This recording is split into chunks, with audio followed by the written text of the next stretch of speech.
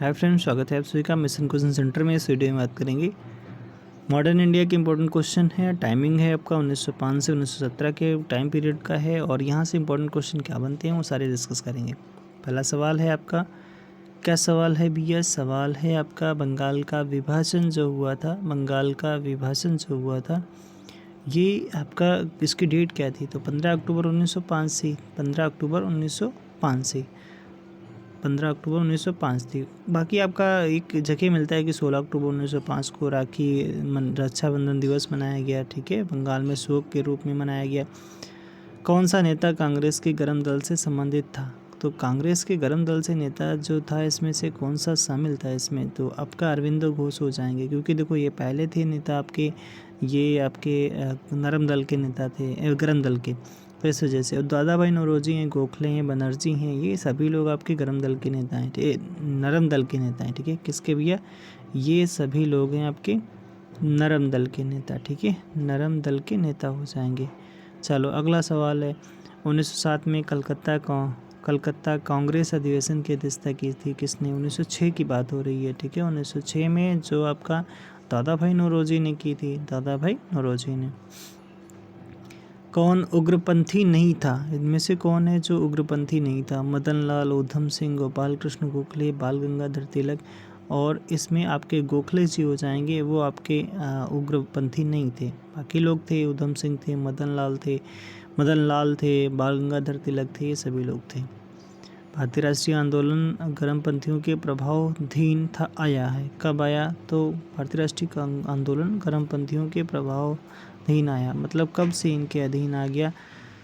तो आपका इसमें जो आंसर हो जाएगा आपका 1906 के बाद। 1906 के बाद में 1908 में बाल गंगाधर तिलक को जेल हुई थी। कितने वर्ष की जेल हो गई थी? तो इसमें चापेकर बंधुओं को वजह से हुआ था ऐसा कुछ। ठीक है, बोला जाता है उन्होंने हत्या कर दी थी, इनके आर्टिकल्स को पढ़ करके एक अंग्रेज़ की हत्या कर दी थी, तो इस वजह से।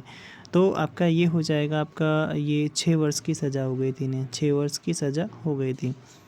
बिहार बंगाल से अलग हुआ, कब अलग हुआ? तो बिहार जो बंगाल से अलग होता है 1912 में अलग होता है। होम रूल आंदोलन भारत के स्वतंत्रता संग्राम के एक नए चरण के आरंभ का द्योतक था, क्यों था? तो होम रूल लीग की बात की जाती है, तो आपका 1916 में स्थापना होती है। एनी बेसेंट ने एक शुरू किया था, एक आपने बाल गंगाधर तिलक जी के द्वारा शुरू किया गया था। तो इसमें जो सही आंसर हो जाएगा, इसने देश के सामने स्वशासन की एक ठोस योजना बनाई थी। सेल्फ गवर्नमेंट की बात करते थे ये लोग। ठीक है, होम रूल लीग।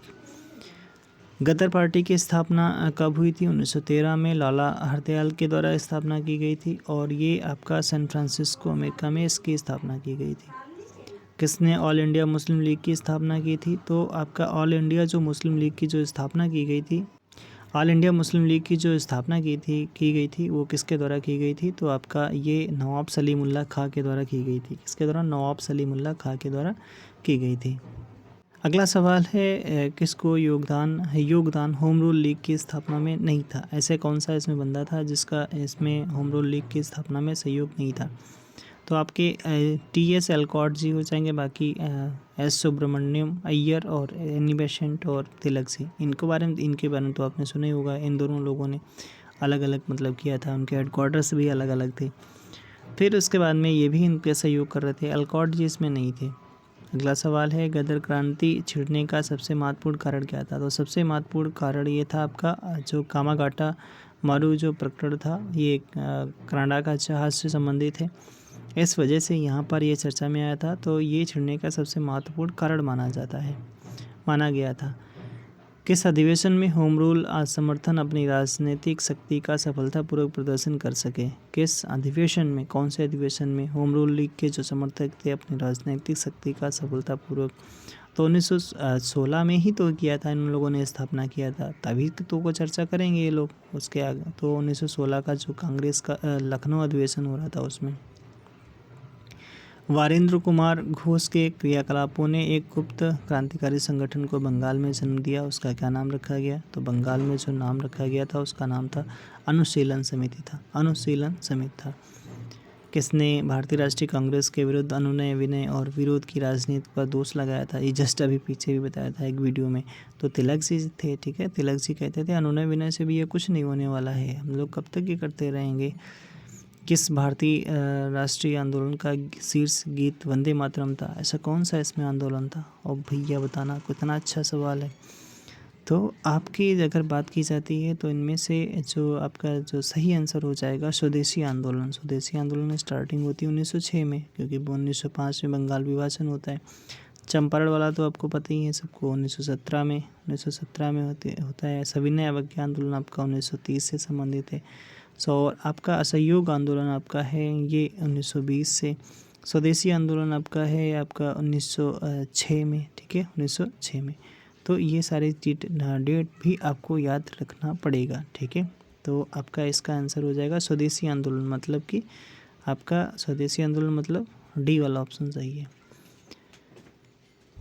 निम्नलिखित में से एनिबेशन द्वारा निकाले गए 2 अखबार, तो ये हैं कॉमनवेल्थ है और न्यू इंडिया, 2 इनके अखबार थे। और इन अखबारों में यहाँ पर एनी जी के थे। तो एनी हो गया 1 और 2 वाला ऑप्शन कौन सा? ए वाला सही है।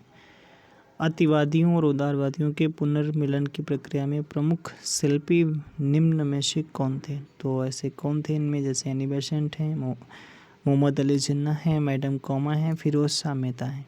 तो एनी बेसेंट हो जाएंगे। एनी बेसेंट अतिवादियों और उदारवादियों के पुनर्मिलन की बात करते हैं। इन्हीं के प्रयासों से ही आपका 1916 का अधिवेशन होता है, जिसमें कांग्रेस और मुस्लिम लीग एक हो जाते हैं। किसे भारतीय शांति के जनक के रूप में जाना जाता है? तो ये तिलक जी हैं। जो आपका वेलेंटाइन सिरोल जो था, चिरोल, उसने बोला था इन्हें। 1915 से 1916 में 2 होम लीग आरंभ की थी, किनके नेतृत्व में? तो एक तिलक जी थे और एनी बेसेंट थे। तिलक और एनी बेसेंट, तो ये हो जाएंगे आपके